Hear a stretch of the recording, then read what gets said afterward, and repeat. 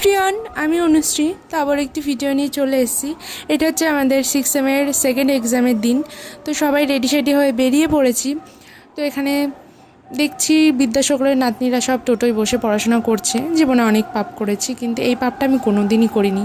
বাসে, টোটোয় বা যে কোনো জিনিসে বসে রাস্তায় পড়তে পড়তে আমি কোথাও যাইনি। পরীক্ষা যা হবে দেখা যাবে, সে হলে দেখা যাবে, স্টেজে মারবো, কিন্তু রাস্তায় পড়তে পড়তে আমি যাব না।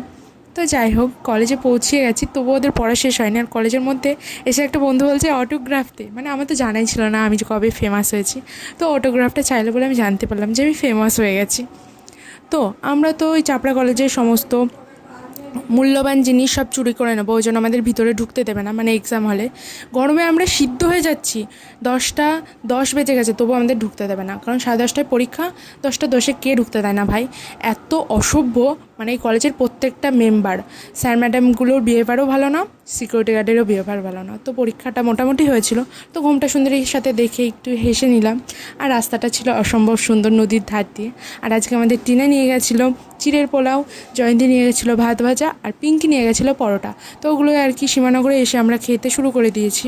সবগুলোই সুন্দর হয়েছিল। আর এই যে যতই খাই মোটা হয় না ওই ছেলেটা। 1 কাপ চা খেয়ে চলে গেলাম বাড়িতে। তো